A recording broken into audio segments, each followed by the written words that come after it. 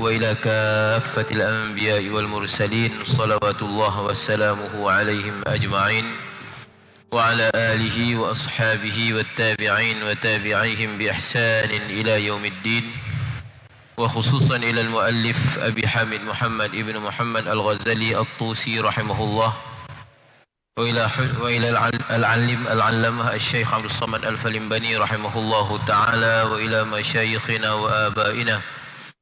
شيء لله لهم الفاتحة. أعوذ بالله من الشيطان الرجيم. بسم الله الرحمن الرحيم. الحمد لله رب العالمين الرحمن الرحيم مالك يوم الدين. إياك نعبد وإياك نستعين. اهدنا الصراط المستقيم صراط الذين أنعمت عليهم غير المغضوب عليهم ولا الضالين آمين. الحمد لله والصلاة والسلام على رسول الله وعلى آله وصحبه ومن والاه. سبحانك لا علم لنا إلا ما علمتنا إنك أنت العليم الحكيم. رب اشرح لي صدري ويسر لي أمري واحلل عقدة من لساني يفقه قولي. ولا حول ولا قوة إلا بالله العلي العظيم. لا حول ولا قوة إلا بالله العلي العظيم. لا حول ولا قوة إلا بالله العلي العظيم. أما بعد. Hadirin muslimin muslimat yang dirahmati Allah, kembali pada kitab kita Sayrus Salikin ila ibadati Rabbil Alamin, muka surat 183, Fadilatus Sujud, kelebihan sujud. Dan sabda Nabi sallallahu alaihi wasallam, ma taqarrabal 'abdu ila Allah ta'ala bi syai'in afdala min sujudin khafiyyin. Artinya tidak menghampirkan seseorang hamba kepada Allah Ta'ala dengan sesuatu yang terlebih afdal daripada sujud yang khafi, yakni yang tersembunyi.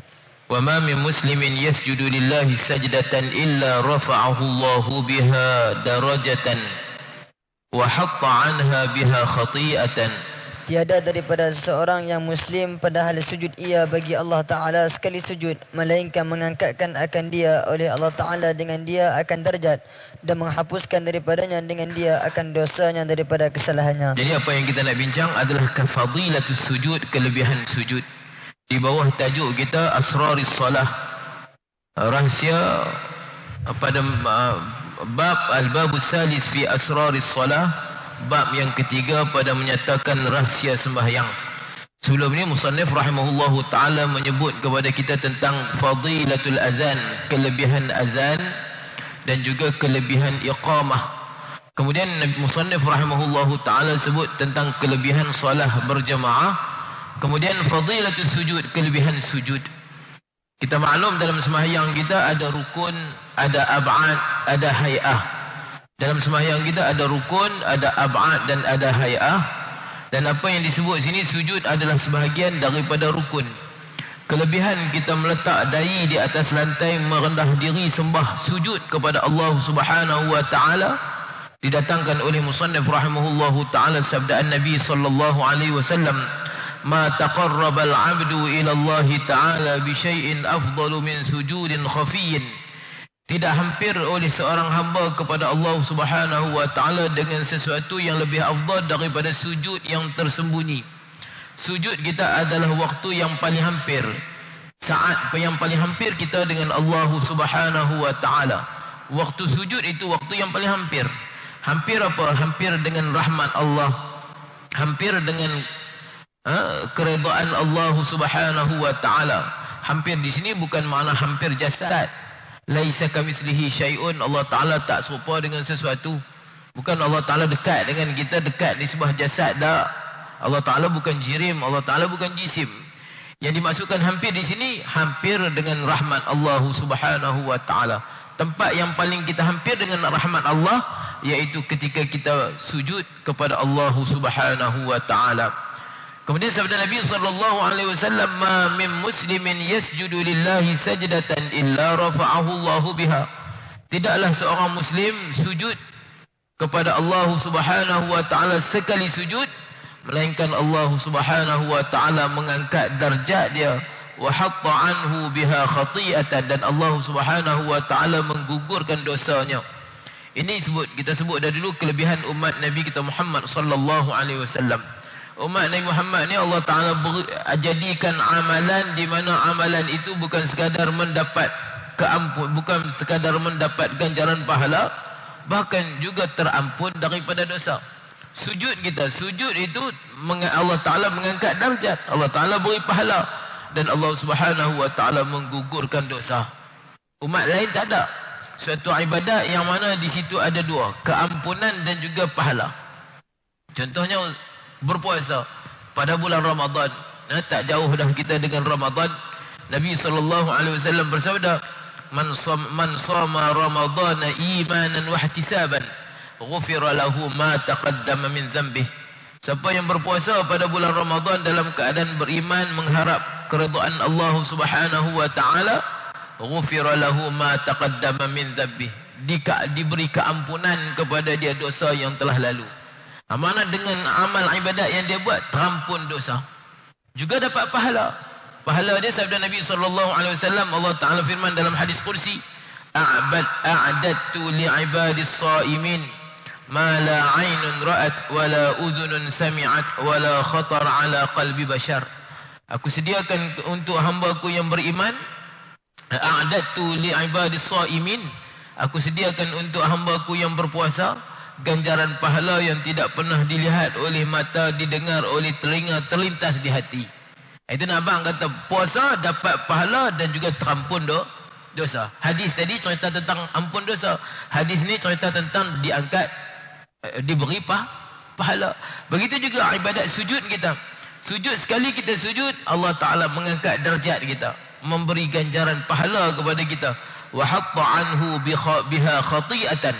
Dalam masa yang sama Allah Subhanahu Wa Ta'ala menggugurkan daripada Muslim tadi ini dengan sebab sujud khati'atan, akan satu kesilapan, akan satu dosa, akan satu kesalahan. Dan pada suatu riwayat hadis daripada Nabi sallallahu alaihi wasallam, inna rajulan qala li Rasulillah sallallahu alaihi wasallam, ud'u Allah an yaj'alani min ahli syafa'atika wa an yarzuqani murafaqatika fil jannah. Faqala a'inni bikathratis sujud. Bahwasanya seseorang laki-laki berkata bagi Rasulullah dengan katanya, pohonkan doa olehmu akan Allah Ta'ala bahawa menjadikan ia akan daku daripada orang yang ahli syafaatmu, dan bahawa memberi rezeki ia akan daku dapat bersama-sama akan dikau dalam syurga. Maka sabda Nabi SAW, tolongi olehmu akan daku dengan membanyakkan sujud. Jadi seorang lelaki berkata kepada Rasulullah SAW, ya Rasulullah, ud'u Allah, berdoalah kepada Allah supaya aku ni ayyaj'alani min ahli syafa'atika, mudah-mudahan aku ni menjadi sebahagian daripada orang yang mendapat syafaatmu wahai Rasulullah. Tolong doa kepada Allah demikian. Wa ayyarzuqani murafaqataka fil jannati, mudah-mudahan Allah Ta'ala jadikan aku dapat berdamping denganmu di syurga kelak. Maka apa yang disabdakan oleh Nabi SAW, a'inni bikathratis sujud, tolong aku dengan perbanyakkan sujud. Kamu banyak sujud, maka dapatlah kamu bersama dengan aku di dalam syurga Allah Subhanahu Wa Ta'ala. Kamu banyak sujud, maka ketika itu kamu layak mendapat syafaat aku. Jadi sahabat ni minta supaya dapat syafaat Nabi SAW, supaya dapat bersama dengan Nabi SAW dalam syurga. Maka pesan Rasulullah satu je, a'inni bikathratis sujud, tolonglah aku dengan memperbanyakkan sujud. Jangan doa aku minta doa saja, kamu kena buat juga. Apa yang kamu kena bertindak juga. Kamu kena tolong aku juga. Tolong apa? Tolong perbanyakkan sujud. Habis. Dan kata Sayyidina Abu Hurairah radhiyallahu anhu, aqrabu ma yakunu al-'abdu ila Allah idza sajada fa aktsiru ad-du'a 'inda dzalika. Yang terlebih hampir keadaan hamba Allah kepada Allah Ta'ala apabila ia sujud, maka banyakkan olehmu akan doa pada ketika sujud itu. Aqrabu ma yakunul 'abdu, sedekat-dekat apa yang berlaku pada hamba waktu yang aqrabu ma yakunul 'abdu, sedekat-dekat keadaan dekatnya hamba kepada Allah Subhanahu Wa Ta'ala adalah idza sajada, apabila dia sujud. Bila dia sujud, itulah paling dekat dia dengan Allah. Bertepatan dengan hadis yang pertama tadi, ma taqarrabal 'abdu ila Allah bi syai'in afdala min sujudin khafiyyin. Maka kata Abu Hurairah radhiyallahu anhu, maka oleh sebab tu faksiru ad-du'a 'inda dzalika, maka perbanyakkan doa ketika sujud. Masa sujud tu minta kepada Allah Subhanahu wa taala, kerana waktu tu waktu paling hampir dengan rahmat Allah Subhanahu wa taala. Waktu tu waktu mustajab untuk kita berdoa. Maka kata Abu Hurairah radhiyallahu anhu faksiru ad-du'a 'inda dzalika, perbanyakkan doa ketika itu, yakni ketika kamu sujud kepada Allah Subhanahu wa taala. Jadi hadis-hadis yang dikumpulkan oleh Imam Al-Ghazali rahimahullahu taala ini diterjemahkan oleh Syekh Abdul Samad Al-Falimbani, hadis-hadis tentang kelebihan sujud. Kemudian fadilatul khusyuk, kelebihan khusyuk pula.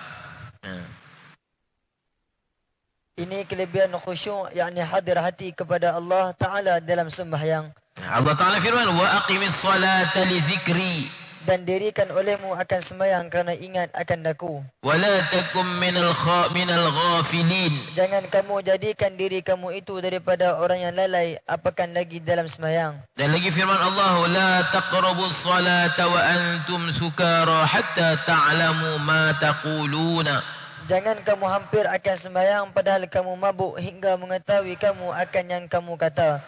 Yakni murad dengan mabuk itu iaitu mabuk dengan sebab kebanyakan memikirkan dunia dalam hatinya, kerana kebanyakan kasih dalam hatinya akan dunia.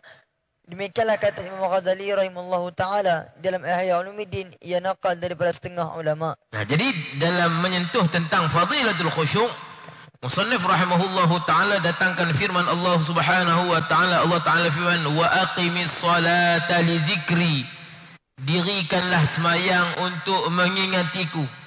Kita takbir semayang Allahu Akbar untuk apa? Untuk ingat Allah. Tujuan semayang untuk ingat Allah. Bagaimana pula semayang sedangkan tak ingat Allah? Maka mana matlab, mana tujuan dia? Tujuan semayang aqimis solat, dirilahkanlah oleh kamu akan semayang li zikri, untuk ingat aku. Sebaliknya semayang tapi tak ingat Allah, itu menunjukkan semayang tidak ada khusyuk. Maka dalil aqimis salata li zikri ini dalil perintah Allah Subhanahu wa taala untuk khusyuk. Dirikanlah kamu akan sembahyang li zikri, untuk mengingati aku. Dan Allah Taala firman dalam ayat yang lain pula, wala takum minal ghafilin, janganlah jadi kamu itu daripada orang yang lalai. Kalau di luar sembahyang pun ditegah daripada lalai, apatah lagi di dalam sembahyang. Lagi-lagilah ditegah daripada lalai.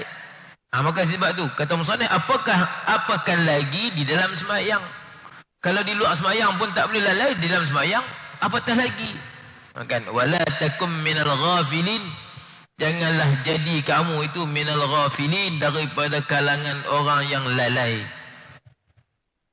Dan Allah Taala firman, wala taqrabus salata wa antum sukara, jangan kamu dirikan sembahyang walhal kamu sukara, mabuk. Apa dia mabuk? Mabuk ni dia tak ingat. Kan?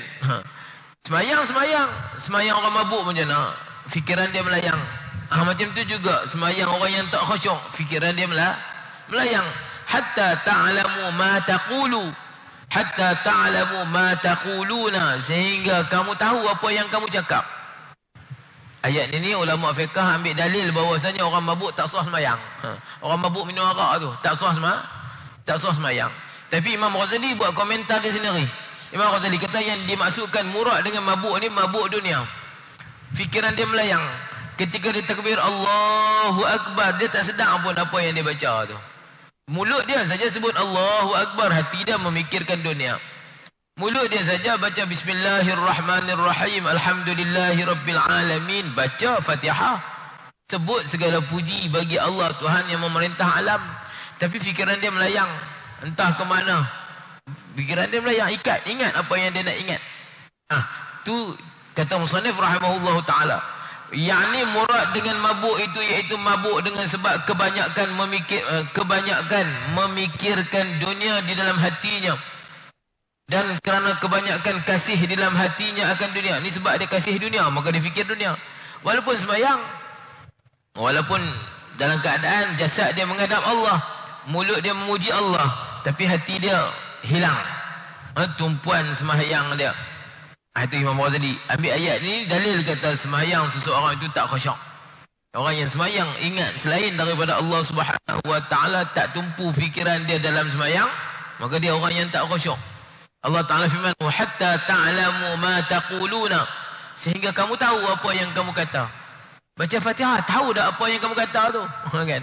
Tak tahu, hilang. Jadi ayat ini digunakan untuk dalil bahawasanya orang yang mabuk tak sah semayang. Namun Imam Ghazali ambil dalil sebagai orang yang tak khusyuk tu. Kan, cerita tentang orang yang tak khusyuk ni, tak khusyuk dalam sembahyang. Imam Ghazali sudut pandang dia agak berbeza. Kan? Habis. Dan sabda Nabi sallallahu alaihi wasallam, la yanzurullahu ila salati ma lam yahdhurir rajulu fiha qalbahu ma'a badanihi.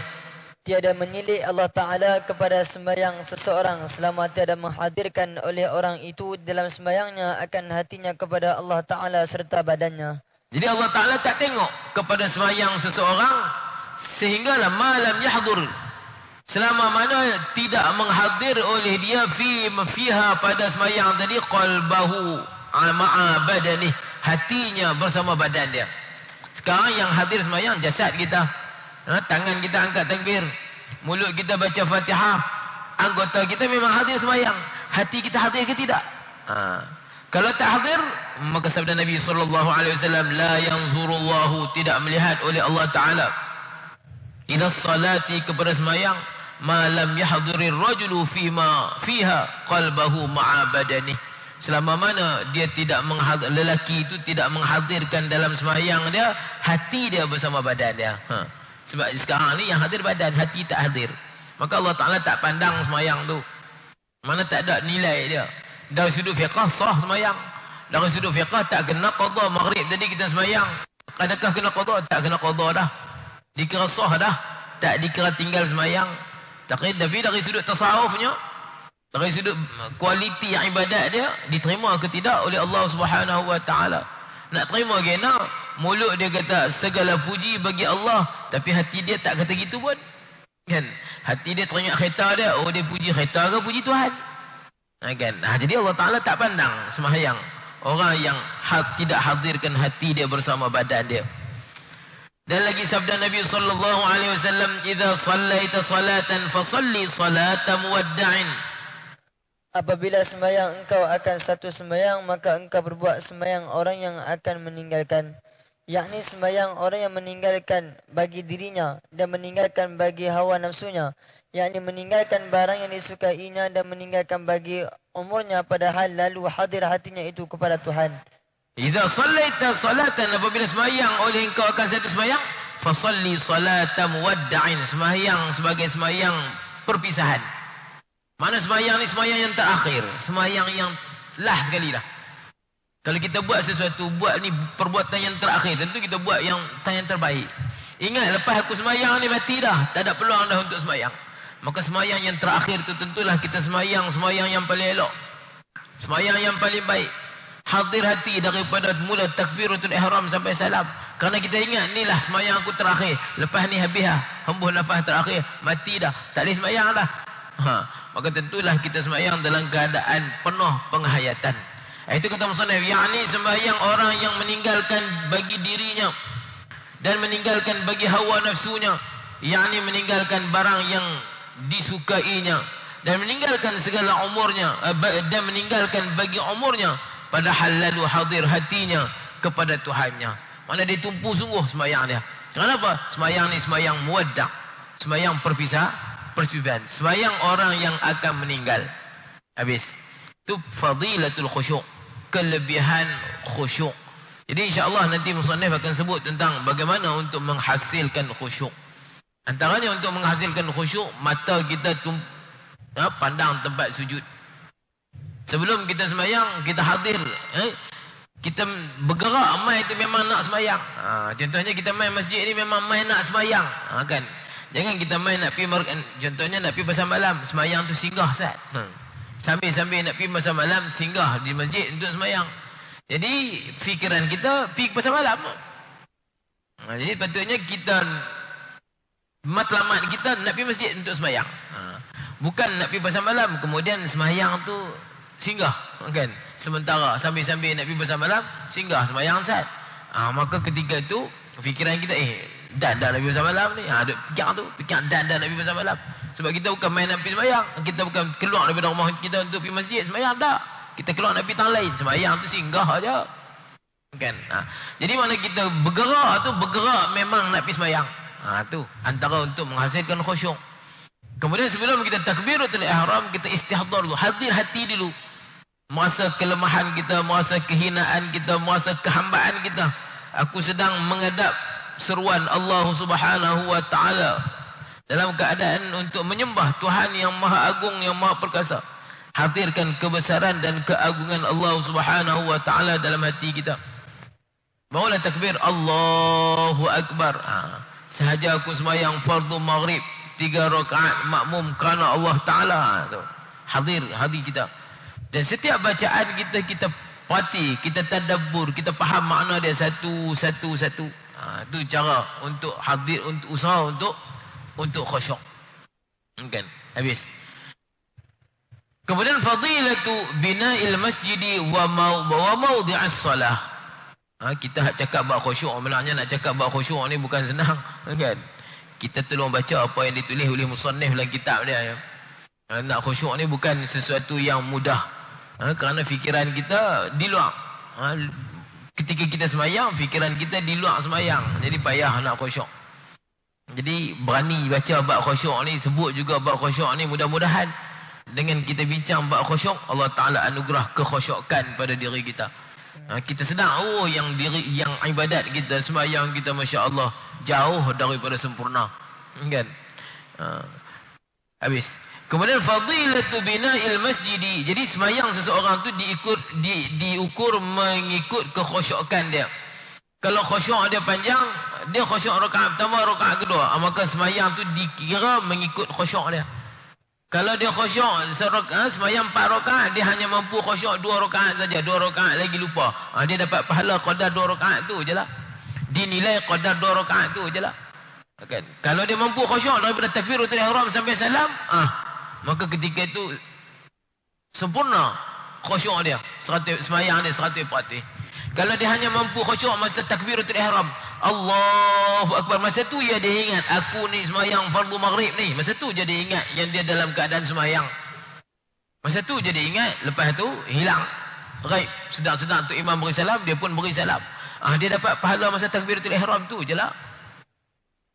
Ini pesan guru saya, dia kata masa kita nak sembahyang tu, lepas kita takbir Allahu Akbar, aku sembahyang fardu maghrib 3 rakaat kerana Allah Taala. Kemudian kita ingat, ya Allah, ufawwidu amri ilaika ya Rabb. Ya Allah, aku serah urusan sembahyang aku ni padamu ya Allah. La haula wala quwwata illa billah. Aku tak ada kuasa, aku tidak ada daya, tidak ada upaya, melainkan dengan pertolonganmu ya Allah. Aku tak mampu nak jaga sembahyang aku ni. Ufawwidu amri ilaika ya Rabb. Aku serah urusan sembahyang aku padamu ya Allah. Maka ketika itu kita tadabbur setiap bacaan kita. Setiap bacaan kita tadabbur. Duk tengah tadabbur, duk tengah perhati, hilang ghaib. Kan? Sedang ada amin. Tadi iyyaka na'budu wa iyyaka nasta'in, duk ingat lagi. Lepas tu dia lupa, hilang. Fokus kita hilang. Sedang-sedang tu imam amin, baru sedar balik. Masuk balik, tarik balik. Setiap kali keluar, tarik. Setiap kali keluar, tarik. Kadang-kadang keluar tu lama, tarik balik. Sedar, tarik balik. Kan? Kemudian usaha. Kita usaha, kata guru saya, dia kata bila kita dah serah urusan tu pada Allah, walaupun dalam sembahyang tu ada lalai, ada lupa dan sebagainya, dikira sempurna juga. Kenapa? Kerana kita dah serah pada Allah Ta'ala. Kita surrender daripada awal lagi. Lepas takbir tu surrender, ya Allah, aku tak ada daya, aku tak ada upaya ya Allah untuk pelihara sembahyang ni, melainkan dengan pertolonganmu ya Allah. Aku serah urusan sembahyang ni padamu. Dalam masa yang sama kita usaha jaga. Duk tengah jaga tu hilang juga. Duk tengah jaga tu lalai juga. Lalai tu tak dikira dah. Dikira sempurna juga. Kenapa? Kita dah serah pada Allah Ta'ala. Kan? Ini Imam Ghazali bincang dalam bab tafwid. Dalam bab tafwid, bila kita tafwid sesuatu kepada Allah, maka Allah Subhanahu wa Ta'ala akan takdirkan kesempurnaan dan kejayaan. Kan? Habis. Kemudian fadilatu bina'il masjidi wa mawdi'as salah. Ini kelebihan pada menyatakan kelebihan membina masjid dan membina madrasah, yakni tempat sembahyang. Kita sebut madrasah kan, madrasah tempat sembahyang. Madrasah di sini makna tempat sembahyang, maudhi'is salah, tempat sembahyang. Firman Allah Subhanahu wa taala, innama ya'muru masajidallahi man amana billahi wal yaumil akhir. Artinya hanya saja orang yang membaikkan akan masjid Allah Ta'ala dan meramaikan akan dia itu orang yang percaya akan Allah Ta'ala dan dengan hari kemudian. Nah, innama ya'muru masajid Allah, hanya saja orang yang mengimarahkan rumah-rumah Allah. Mengimarahkan rumah Allah ni, dia membina rumah Allah, dia meramaikan rumah Allah. Di sini musannif terjemah. Hanya saja orang yang membaikkan akan masjid-masjid Allah dan meramaikan akan rumah-rumah Allah, akan masjid-masjid Allah adalah man amana billahi wal yaumil akhir. Orang yang beriman. Nah, innama ya'muru masajid Allah man amana, oleh orang yang beriman kepada Allah dan juga kepada hari akhirat. Di sini Allah Ta'ala i'tiraf, orang yang mengimarahkan rumah Allah ni adalah orang yang beriman kepada Allah Subhanahu wa taala. Innama ya'muru masajid Allah, hanya saja mengimarah akan rumah Allah Ta'ala itu man amana, oleh orang yang beriman kepada Allah Subhanahu wa taala dan hari akhirat. Mengimarah ni dia membina rumah Allah, mengimarah ni dia meramaikan rumah Allah. Bukan sekadar dia buat masjid, bahkan dia mengimarah, memakmurkan masjid dengan aktiviti sembahyang berjemaah, majlis ilmu dan sebagainya. Itu maksud innama ya'muru masajid Allah. Orang macam ni Allah Ta'ala sebut man amana billahi wal yaumil akhir. Orang tu beriman kepada Allah dan beriman kepada hari akhir, beriman kepada hari akhirat. Dan sabda Nabi sallallahu alaihi wasallam, man bana masjidan lillah walau kamafhasi qanatin banallahu lahu qasran fil jannah. Barang siapa membina masjid kerana Allah Ta'ala dan jika ada ia kecil seperti sarang burung sekalipun, nescaya memperbuatkan oleh Allah Ta'ala baginya mahligai daripada syurga. Orang yang membina masjid walaupun besar sarang burung, apa maksud besar sarang burung ni? Walaupun masjid tu masjid kecil, bukan makna besar sembahyang betul-betul besar sarang burung nak sembahyang kena. Itu nabak kata kinayah, kata kecil. Walaupun sedikit sumbangan dia untuk membina sebuah masjid, maka Allah Subhanahu wa taala banallahu lahu qasran fil jannah. Allah Subhanahu wa taala membina untuk dia mahligai di dalam syurga Allah Subhanahu wa taala. Walaupun dia hanya menyumbang seketul bata, namun Allah Ta'ala bina dia qasran fil jannah, mahligai. Sebutir bata tu nilai dia Masya Allah. Allah Ta'ala balas dengan qasran fil jannah, mahligai syurga, bukan mahligai dunia. Kan? Habis. Inna buyuti fi ardi al-masajidu wa inna zuwari fiha ummaruha fatuba liman tatahhara fi baitihi thumma zarani fi baiti fahaqqun 'alal mazuri an yukrima zairahu. Bahawa rumahku di bumiku ini iaitu segala masjid. Jadi Allah Ta'ala firman, rumah-rumahku di bumi ini apa dia? Masjid. Di bumi ini rumah-rumah Allah apa dia? Al-masajid, segala masjid. Wa inna zuwarra. Dan bahwasanya orang yang ziarah akan daku di bumi itu iaitu orang yang meramaikan akan masjid dan jadi siapa penziarah Allah? Zuwari, orang yang menziarah Allah adalah orang yang mengimarah rumah Allah. Siapa yang mengimarahkan rumah Allah, makna dia datang menziarahi Allah Subhanahu wa taala. Kerana masjid itu adalah rumah Allah. Fatuba liman tatahhara fi baitih. Maka beruntunglah orang yang di rumah dia bersuci, berwuduk, mandi apa semua. Kemudian summa zarani fi baiti, kemudian dia datang menziarahi aku di rumah aku. Yang ini dia datang ke masjid Allah Subhanahu wa taala. Maka firman Allah dalam hadis kursi, fahaqqun 'alal mazuri an yukrima zairahu. Maka sepatutnya bagi yang menetamukan, bagi tuan rumah tu, mazur yang diziarahi itu, an yukrima zairahu, dia akan memuliai tetamu dia. Yang diziarahi akan memuliakan yang menziarahi. Siapa yang menziarahi Allah? Iaitu orang yang datang rumah-rumah Allah. Maka dia layak mendapat penghormatan daripada Allah Subhanahu wa taala. Itu maksud dia. Dan sabda Nabi sallallahu alaihi wasallam, "Idza ra'aitumur rajula ya'tadul masajida fashhadu lahu bil iman." Apabila engkau lihat akan seseorang laki-laki yang beradat ia pergi ke masjid, maka naik saksi kamu baginya dengan beriman. Bila kita tengok orang tu dia selalu pergi masjid, Zuhur, Asar, Maghrib, Isyak, sentiasa berjemaah di masjid, maka saksilah dia adalah orang yang beriman. Ini pengiktirafan Nabi sallallahu alaihi wasallam.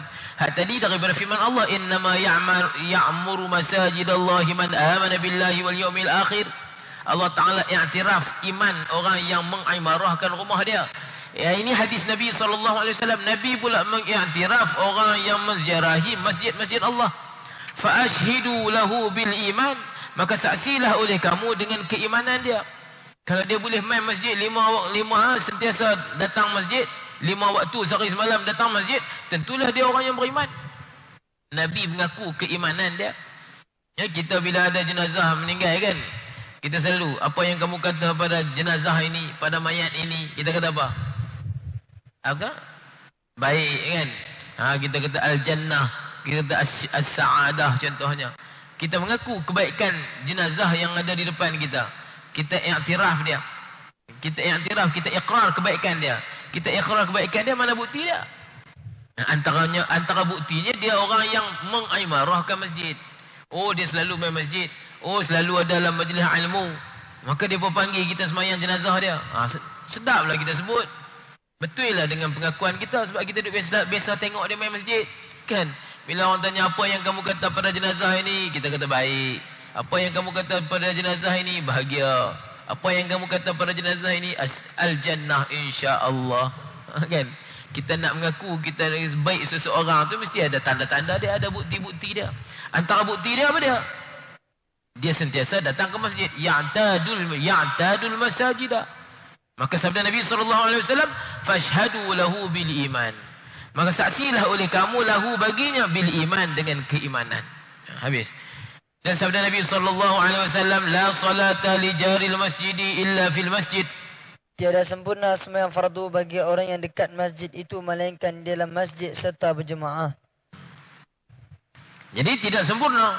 La salata, rumah dekat masjid, dengar bang masjid tapi tak main masjid. Sabda Nabi SAW, la salata li jaril masjid, tidak sempurna bagi orang yang berjiran dengan masjid, dekat dengan masjid, illa fil masajid, melainkan sembahyang dia dalam masjid. Kalau sembahyang di rumah tak sempurna. Sah tapi tak sempurna. Dan lagi sabda Nabi SAW, ya'ti fi akhir zaman unasun min ummati ya'tuna al-masajida fayaq'uduna fiha hilaqan dhikruhum ad-dunya wa hubbud dunya la tujalisuhum falaysa lillahi fihim hajatun. Lagi akan datang pada akhir zaman di mana manusia daripada umatku datang, mereka itu akan segala masjid, maka duduk mereka itu di dalamnya berhimpun berkeliling, padahal menyebut mereka itu akan pekerjaan dunia dan kasih akan dunia, maka jangan kamu duduk berhimpun akan mereka itu, maka tiada bagi Allah Ta'ala pada mereka itu hajat. Jadi ini bila kita main masjid, tadi kita dengar kelebihan datang ke masjid, kita pun main masjid. Bila kita main masjid, ingat pesanan Nabi SAW, ya'ti fi akhir zaman, akan berlaku pada akhir zaman apa dia? Unasun, manusia, ya'ti fi akhir zaman unasun, berlaku, ya'ti, lagi akan datang pada akhir zaman apa dia? Unasun, beberapa manusia min ummati, daripada umatku, ya'tunal masajidah, maka datang masjid. Di akhir zaman akan berlaku manusia-manusia yang datang masjid, fayaq'uduna fiha hilaqan, maka duduklah masjid itu halaqah. Lepas sembahyang apa semua, dia duduk ujung tu satu puak, ujung ni sepuak, ujung tu sepuak. Apa yang mereka buat? Zikruhum ad-dunya wa hubbud dunya. Mereka duduk cerita bab dunia, duduk cerita bab kasih dunia. Kan? Bukan mereka duduk berzikir, majlis ilmu, apa halaqah tadarus, dak. Duduk menyembang dunia. Maka sabda Nabi SAW, la tujalisuhum, kamu jangan duduk terlibat dengan mereka. Kalau ada dalam masjid kita halaqah macam tu, jangan duduk pergi sembang dengan mereka. Kan? Kalau ada halaqah ilmu ataupun halaqah tadarus Quran, tak apa, pergi duduk. Tapi kalau ada halaqah duduk sembang macam hal-hal dunia, hal tak berfaedah tu, la tujalisuhum, Rasulullah pesan akan berlaku akhir zaman begitu. Jadi kalau ada zaman kita biasalah tu sebab Nabi dah pesan. Cuma kita tu la tujalisuhum, jangan kamu duduk bersama mereka. Falaisa lillahi fihim hajatun, tiadalah bagi Allah pada mereka itu hajat. Tak ada apa pun, kan? Tak ada keperluan, tak ada hajat.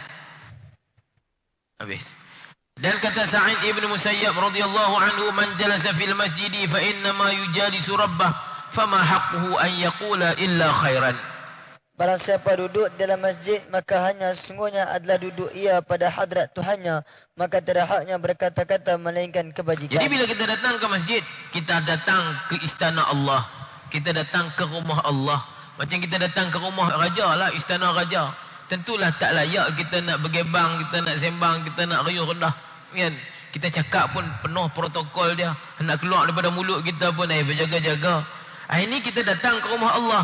Maka kata Sa'id ibn Musayyab radhiyallahu anhu, man jalasa fil masjidi fa innama yujalisu rabbah.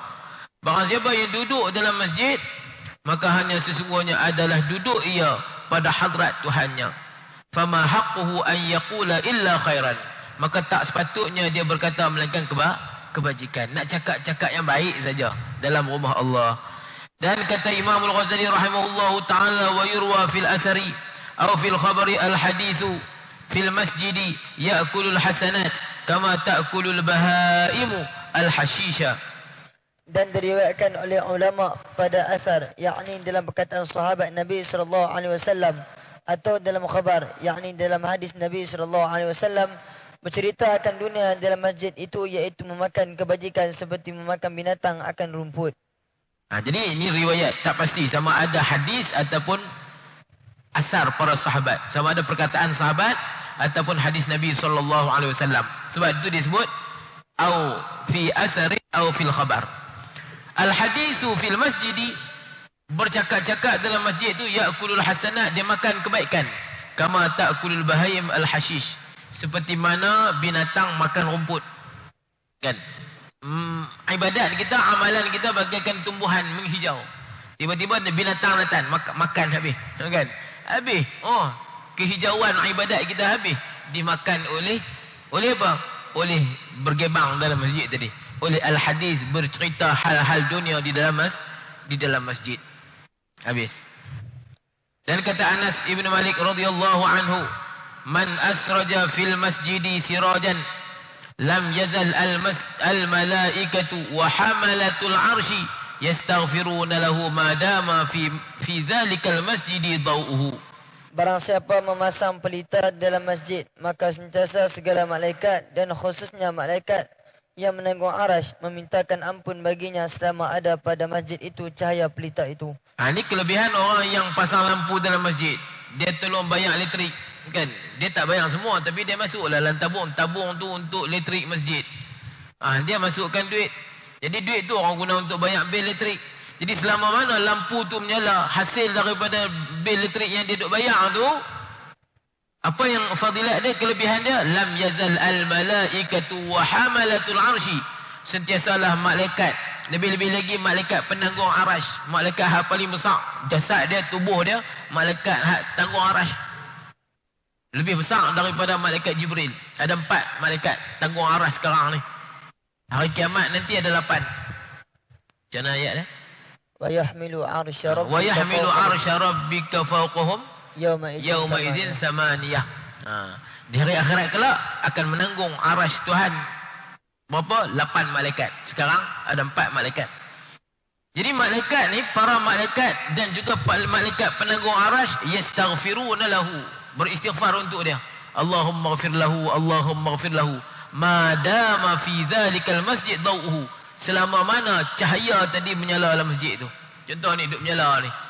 Selama mana duk menyala ni, sampai pukul berapa lampu masjid ni duk menyala, selama tu malaikat istighfar untuk dia. Sampailah orang tutup, kan? Tutup lampu tu. Jadi selama mana masjid tu bercahaya dengan hasil sumbangan duit yang dia berikan, maka sentiasalah dia mendapat istighfar daripada para malaikat. Yang beristighfar untuk dia sebenarnya malaikat. Malaikat ni la ya'sunallaha ma amaruhum wa yaf'aluna ma yu'marun. Makhluk yang tak pernah buat maksiat, makhluk yang sentiasa menjunjung perintah Allah istighfar mereka diperkenankan oleh Allah Subhanahu wa taala. Itu kelebihan. Kelebihan membina masjid, kelebihan mengimarahkan masjid, kelebihan menyalakan lampu di dalam masjid. Menyalakan lampu ni bukan sekadar pasang lampu tu. Kan? Kalau dulu menyalakan lampu makna dia beli minyak untuk nyalakan lampu. Kan? Sekarang banyak bil elektrik. Habis syahdan. Syahdan. Makruh masuk ke dalam masjid bagi orang yang memakan sesuatu yang membusukkan bau mulut. Ini adab kita dalam masjid. Makruh masuk dalam masjid dalam keadaan kita bawa benda yang busuk. Bauan-bauan busuk. Sama ada busuk daripada kita sendiri. Busuk tu dengan makanan kita, apa yang kita makan. Makan bawang contohnya. Makan apa? Bawang merah, bawang lagi. Dan barang sebagainya. Tak kira lah benda yang membusukkan. Petai, genuk, jerin. Kan? Bila kita makan tu, pastikan mulut kita tak berbau bauan-bauan yang busuk tadi. Dan makruh. Dan lagi makruh berjual dan beli dalam masjid sekalian. Begitu juga makruh jual beli dalam masjid. Orang dia pergi duduk ujung tu jual minyak atar contohnya. Ataupun jual buku-buku di dalam masjid. Hukum dia makruh. Jika tiada dijadikan akan masjid itu seperti pekan. Selama mana tak jadi pekan. Kalau sampai peringkat jadi pekan, ujung tu menega limau, ujung ni menega pisang, ujung tu menega buku, ujung ni menega minyak atar, kan? Penuhlah masjid. Maka ketika itu hukum dia haram. Maka jika dijadikan ia seperti pekan, maka iaitu haram. Demikianlah disebutkan oleh Syekh Al-Islam dalam syarah Radul Talib yang nakal daripada Syekh Izzuddin bin Abdul Salam. Dan haram meludah dalam masjid dan kafaratnya itu ditanam ludah. Jadi apa yang kata haram tadi, apa yang disebut oleh Syekhul Islam iaitu Zakaria Ansari rahimahullahu ta'ala dalam kitab dia Syarah Raud. Naqal daripada Syekh Izzuddin ibnu Abdul Salam. Kemudian haram meludah dalam masjid. Memang ludah dalam masjid hukum dia haram. Jadi macam mana nak hilangkan dia? Kambuh hilang. Itu masjid dulu dia tak ada mozaik, lantai apa semua tanah. Kan bila ludah kambuh dengan tanah tu dan buang ludah, kotoran ludah tadi ni. Habis. Dan tidak mengapa tidur dalam masjid dan mengambil air sembahyang dalamnya dan makan dalamnya sekaliannya itu jika tidak menyakiti akan orang dalam masjid. Ini hukum tidur dalam masjid. Apa dia hukum tidur dalam masjid? Tak mengapa dia kata. Mana harus tidur dalam masjid. Mengambil air sembahyang dalam masjid. Macam masjid kita di bawah tu ada tempat ambil sembahyang. Dalam masjid, ambil yang sembahyang dalam masjid harus. Makan di dalam masjid harus. Selama mana tidak menyakiti, tidak mengganggu orang lain. Kalau mengganggu, dia bawa kepada makruh dan boleh membawa kepada haram. Selesai. Kemudian al-faslu tsani fi kayfiyatil a'mal az-zahirah min as-salah. Fasal yang kedua pada menyatakan kaifiat amalan-amalan zahir min as-salah, daripada perbuatan sembahyang. Wallahu subhanahu wa ta'ala a'lam. Bismillahirrahmanirrahim. Alhamdulillahirabbil alamin wassalatu wassalamu ala asyrafil anbiya'i wal mursalin wa ala alihi wa sahbihi ajma'in. Allahumma anfa'na ma 'allamtana wa 'allimna ma yanfa'una wa zidna 'ilma warzuqna fahma. Allahumma arzuqna fahman nabiyyin wa hifdzal mursalin wa ilhamal malaikatil muqarrabin wahdina bihidayatil 'arifin. Allahumma waffiqna li ta'atik wa atmim taqsirana wa taqabbal minna. Allahumma ij'al a'malana khalisatan liwajhikal karim. Wa sallallahu ala sayyidina Muhammadin wa ala alihi wa sahbihi wa sallam. Walhamdulillahi rabbil alamin.